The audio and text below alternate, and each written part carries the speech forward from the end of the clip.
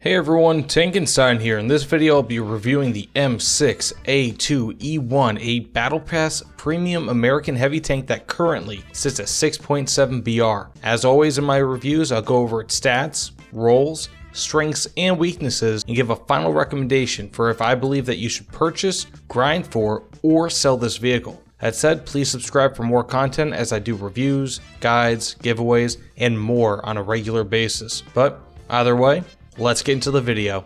And so to start, for stats, the M6A2E1 has the 105mm T5E1 cannon. That's the same on the T28 and T95. A 15.4 to 20 second reload depending on crew ability. 253 to 295mm of armor pen depending on the shell, excluding HE. 12.6 to 18 degrees per second of turret traverse, again depending on crew. -10 to +15 degrees of gun depression and elevation, and a 28.9 km/h top speed. Now with armor for front, sides, and rear, has 229, 89, and 208mm on the turret, and again for front, sides, and rear, 140, 60, and 41mm on the hull. These values are a bit skewed insofar as armor is concerned, as realistically speaking, this tank has far more effective armor in some spots than the stat card lets on. And now for its all-important roles, and to be honest with you, this is one of the most fun reviews I've ever recorded, just simply for the gameplay and simply because of how ridiculous and goofy this tank is, along with the fact that so many people are somehow, thus far, stumped at how to defeat its frontal armor. Either way, this is basically just a spearhead style of heavy tank due to its ridiculous frontal armor,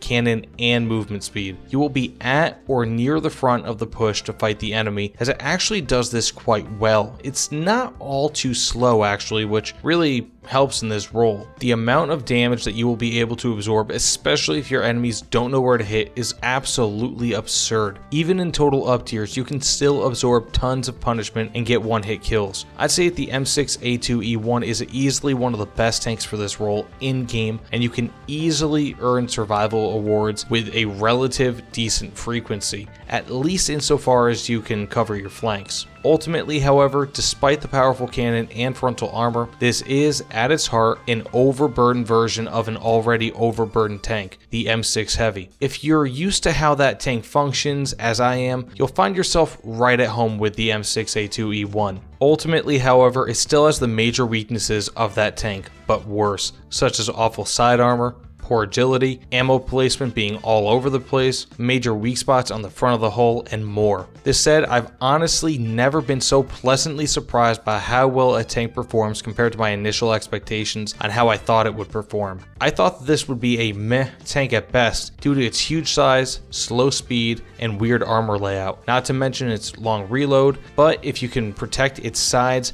and make it so that enemies basically have to face you one by one, you will almost always come out on top, regardless of your BR. It is important not to confuse this role with that of a sniper, because although this is an accurate cannon that can one-shot most tanks, the shell velocity is a bit lower than it probably should be for this BR, and so shell drop can be somewhat large at long distances. And a small secondary role for this tank, kind of something that you can do in a pinch, is the bruiser role. And while the M6A2E1 is quite effective as a bruiser, it simply lacks the turret traverse, track traverse, reload, and overall agility to be effective in this role for any extended period of time. While you can defend against shell hits and dish out punishment, it will quickly be overcome if there is more than one enemy nearby and they coordinate an assault. Try to stay with the protection of allies, but still at the front, as again you are basically a moving bunker that spearheads assaults better than almost every tank in game relative to your BR. And as always, let's get into some strengths and weaknesses, and well, as always, I'll start off with the strengths. First, it has ridiculously powerful frontal armor on both the hull and the turret. This is evidenced, as I hope you can see, by the gameplay. I have tons of shells just bouncing off this thing and some ATGMs. It also has a very powerful cannon for its BR, pretty much an instant kill if you do not get a ricochet against an enemy. In addition to this, it has good ammo options, considering the fact that this was pretty much built from World War II era technology, with great APCR and APC-BC ammunition. Also, it is placed in a favorable BR.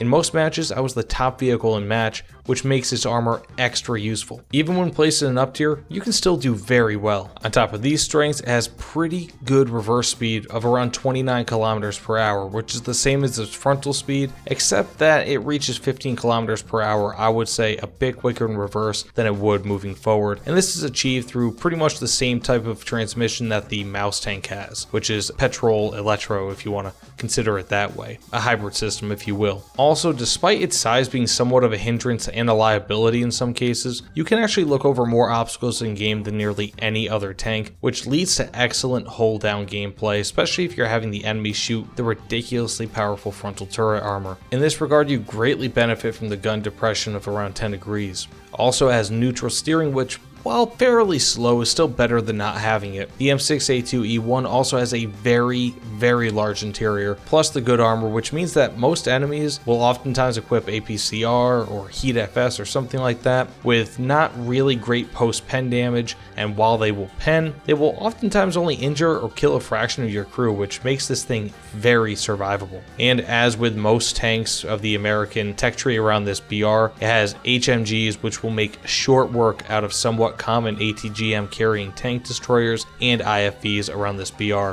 And finally, as premium RP and SL bonuses. Now for its weaknesses, and it has fewer weaknesses, at least on my list, than it does strengths, but these are very much major weaknesses. So number one, it is very slow, but it isn't as slow as you might think. You can still sometimes cap bases with the M6A2E1, especially if you're the spearhead into enemy territory. Regardless, hill mobility and track traverse is dreadful in this lumbering, loony wagon. And also, despite its strong frontal armor, it still has many of the same glaring weak spots as the regular M6A1, including weak spots on the frontal corners that allow you to totally bypass the strong frontal armor plate. In addition, Heat FS is introduced more commonly around this BR, making its armor largely a moot point, although to be fair, as mentioned before, it is quite large on the interior, and the chances are you will not be killed in one hit versus Heat FS, unless they hit ammunition, of course. Also, in regards to its weaknesses, it is an absolutely huge target. It is the tallest proper tank in game and one of the most visible, being nearly as visible as the mouse in E100. In addition to these aforementioned weaknesses, it also is extremely difficult to shoot accurately when on the move, just due to how the turret and gun are situated. The gun will bounce wildly, and it's incredibly bad when initially coming to a stop. You will almost never get a hit. You really have to wait for your gun to settle, probably for a few seconds, before you can accurately shoot when stopped. And finally, it has a long reload, between around 15 and 20 seconds. While it's got a better gun than the IS-2 and IS-3 for that matter, and also a shorter reload, it's still pretty rough and will not make this an easy tank to brawl with, as mentioned before. And now for my final recommendation, should you purchase this tank, or, well, should you keep or grind for it as well? Yes, yes, and yes. Well, at least if you like to play ground, especially around this BR, or you have a need for a good premium around this BR, especially for the American tank tech tree. The armor on this tank is so ridiculously good that should you face someone that has little experience fighting the M6A1 from several BRs lower, you will absorb tons of hits. Luckily, those people exist in boatloads, as they don't know that the easiest way to kill this tank from the front is again through the lightly armored corners on the front. This said, you will likely earn multiple survival rewards with this beast while hardly even trying. If you can protect your flanks, you will likely also be able to earn 1500 plus score in each match with relative ease, which will make grinding ridiculously easy with this tank. Personally, I love it for the meme value, but it, again, is also extremely valuable in terms of grinding. So long as you can get used to driving this fairly slow, top-heavy behemoth and you aren't worried that people will eventually start to learn where the weak spots are on this bad boy, I feel that it is and will be an excellent grinding tool and a great tool as well for completing events like Operation Summer and Operation Winter, as you will earn loads of kills in this tank due to its amazing cannon for its BR. And for a recommended price, I'd say that anything below $30 USD is a pretty decent deal for this tank, being that $30 in Golden Eagles is give or take around 6,000 Golden Eagles, if of course you purchase them directly through the Gaijin store website. Now, you could even make an argument for around $40 USD, being that the similar BR T29 and Tiger II SLA packs sit at this price, but I feel that the underpinnings of the M6A2E1, being that they come from an early to mid World War II failed heavy tank design, aren't enough to lift this quite to the level of more modern contemporary designs. While the turret, cannon, and frontal armor are great on the M6A2E1, the rest of this tank isn't, which makes me limit how much I would recommend this tank to be purchased for. Put simply, it excels in some areas, more so than almost any other tank at any other BR, and is poor in others, again, relative to almost any tank in any BR. Whereas other tanks like the Tiger II SLA are a bit more forgiving and just have better overall feel when considering mobility and overall hull design.